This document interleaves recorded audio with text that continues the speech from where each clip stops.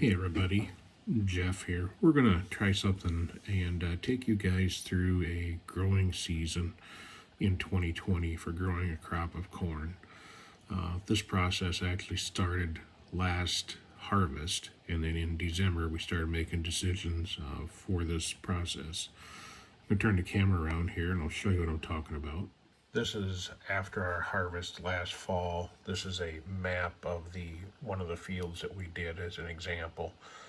So all the colors are showing different yields that particular field had. Shows what farm it is over here, and then it has a summary feature that tells us what corn hybrid it was. So we'll take a look at that hybrid because it did very well last year, the acres harvested, and the average yield and everything for that particular farm. That particular farm did very well with that hybrid. So after we look at that, we come over here and we take a look at, we did this back in December. We'll take a look at all the various hybrids. We'll look at that particular number. But what we're looking for is we look at the traits, so what we can use for what it has for protection in it, and what we can use for chemicals. It also has the growing degree days that we need. And then you look up here, it's got various things that we look at to rate our seed.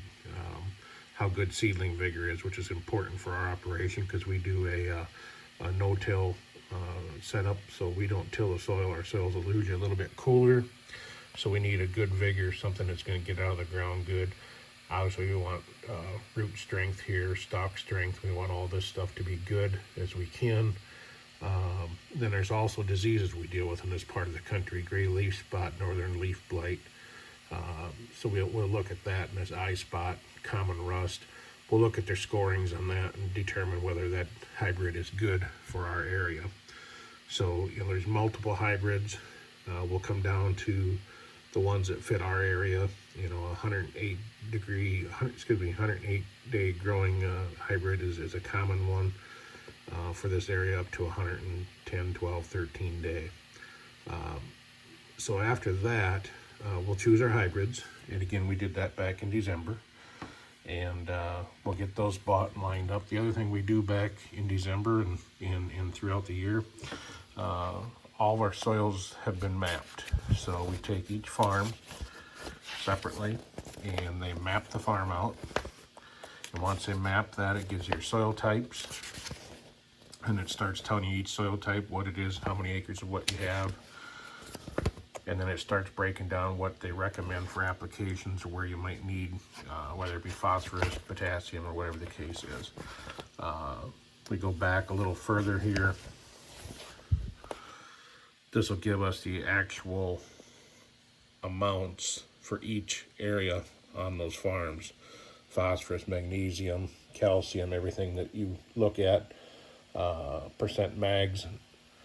And you take all these in consideration, and you work up a prescription, so to speak, for your fertilizer.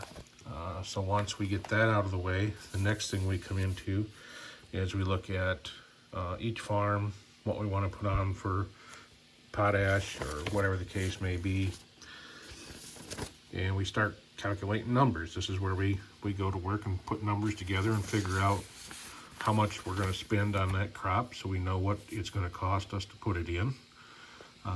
Once we've got the fertilizers figured out, the next thing we talk about will be chemicals. So we look at different chemical options. For corn and soybeans are using different chemicals and dollar amounts, and we lock those all in. So our process starts in December, and this is the process that we've done up through December, is getting everything lined up for spring. Now we've hit spring, we've actually begun planting, but we've also started putting fertilizer on. So now we'll receive maps from our company that applies our fertilizer. This is a home farm, and it'll show everything that we put on for fertilizers, and it'll map it out to what areas they covered. So now our fertilizer is applied, The next thing we're doing is going to be planting corn. We'll take a walk out and we'll talk about that process in a little bit.